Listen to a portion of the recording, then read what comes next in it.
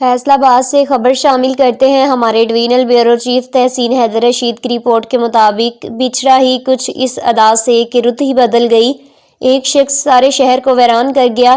Senior صحافی، سابق executive member, press club Faisal آباد، نائب صدر، digital media alliance Pakistan, district bureau chief Faisal آباد، سٹی 11 نیوز بیورو چیف، روزنامہ نوائے بدر جناب رانا مختار احمد شاکر انتقال کر گئے۔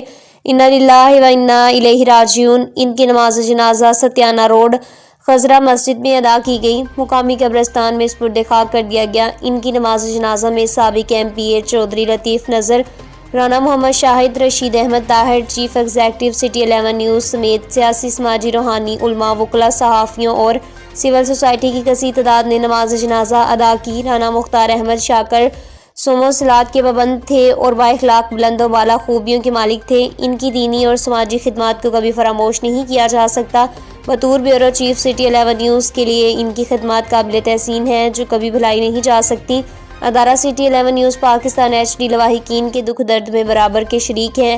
اللہ تعالیٰ ان کو اپنے جوار رحمت میں جگہ عطا فرمائے اور جنت الفردوس میں اعلیٰ مقام عطا فرمائے اور ان کے گھر والوں کو صبر جمیل عطا فرمائے۔ مزید خبروں کے لیے دیکھتے رہیں city 11 news Pakistan H D.